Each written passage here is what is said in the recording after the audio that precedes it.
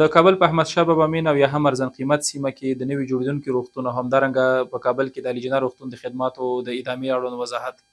د افغانستان اسلامي امارت د عامې روغتیا وزارت هڅه کوي چې د هیواد هر وګړي ته معیاري او عادلانه روغتي خدمات ورسوي. د دغه هڅو په جریان کې په وروستیو کې د عامې روغتیا وزارت له لوري ځینې انکشافي پروژې چې په ولایاتو او مرکز کې ترسره شوي دي. د دغه پروژو په جریان کې یو هم په کابل کې د جمهوریت روغتون ریفورم چې په وروستیو کې له نیکه مرغه د 4 میلیارډ افغانیو په ارزښت باندې پیل شوی دی.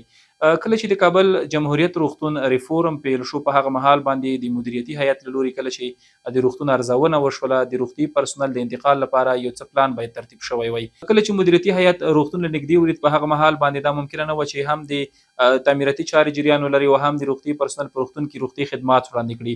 نو په همدې اساس باندې پریکړه وشوه چې دغه روغتون ټول روغتي پرسونل د کابل نور روغتونونو ته انتقال شي چې پر هغه مهال باندې د کابل علیجنا روغتون ته نږدې 250 تنه د جمهوریت روغتون کارکونکو انتقال شول. د جمهوریت روغتون د ریفورم چارو د پیل څخه تر اوسه پورې په علیجنا روغتون کې نږدې 250 تنه زموږ روغتي کارکونکو په خدمت باندې بوخت دي. د دې ترڅنګ د علیجنا روغتون کوم خپل پرسونل چې د 250 تنه په شاوخوا کې هغوی هم په خدماتو باندې بوخت ول. په وروستیو کې زموږ د نظارت ټیمونه کله چې د روغتون څخه نظارت کوي همدارنګه د ولسونو بار شکایت موږ ته ترلاسه شو. زموږ د نظارت ټیم دا وموندل چې په دغه روغتون کې روغتي خدماتو تضاعف موجود ده.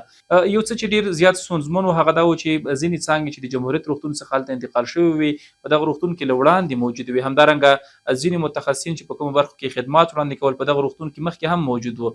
نو د دې لپاره چې له دغه تضاعف څخه هم مخنیوي وشي او همدارنګه د خلکو لپاره معیاري او عادلانه روغتي خدمات وړاندې شي د عامې روغتیا وزارت د رهبرۍ له لوري یو مدیریتي هیئت وټاکل شو ترڅو وکولی شو په دغه روغتون کې یو لنډه ارزونه وکړي او د دغه منابعو په سمه توګه د استفادې لپاره منظم پلان جوړ کړي. کله چې د عامې روغتیا وزارت د رهبرۍ له لوري هیئت وټاکل شو د هیئت موندنې دا وي او تحلیل دا و چې باید دغه روغتون کوم روغتي پرسونل چې دا باید په نور روغتونونو باندې وویشل سي. ځکه دلته ظرفیت چې کوم هغه د 300 بسترو په شاوخوا کې البته د روغتي پرسونل اندازه د 1000 تنه څخه پورته وه چې دا هم د معیاري خدمات وړاندې کولو په مخ کې یو خنډ و.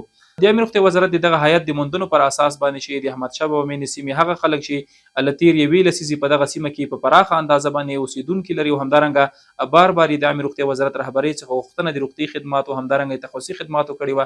د هغوی لپاره د دغه روغتون منظوري ورکړه چې 250 تنه په شاوخوا کې روغتي پرسونل به هلته د احمدشاه بابا مین د نوي جوړیدونکي چې 6 منزله تعمیر د روغتون لپاره انتقالیږي. همدارنګه د ارزان قیمت په سیمه کې کوم روغتون چې جوړیږي دا به یوازې د احمدشاه بابا د سیمې د اوسیدونکو لپاره روغتي خدمات نه وړاندې کوي بلکې د کابل جلال آباد لارې چې څومره ترافیکي حادثات دي د هغې د ټراما سنټر په توګه به هم تر استفاده کیږي. نو په علیجنا روغتون کې کوم روغتي پرسونل چې اوس پاتې کیږي هغه د 250 تنه په شاوخوا کې چې نسبت وړاندې ته څو چنده زیات ده.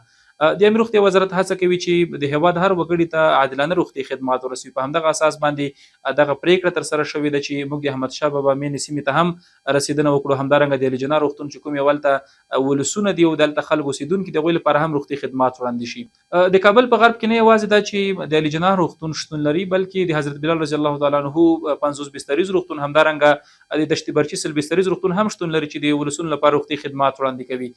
دغه 250 تنه روغتي پرسونل بل روغتون ته انتقال به د علیجنا روغتون پر روغتي خدماتو خورا مثبت اغیزه ولري ځکه چې هلته ظرفیت لوړیږي او همدارنګه روغتي پرسونل به خپلو چارو ته لا متوجه شي.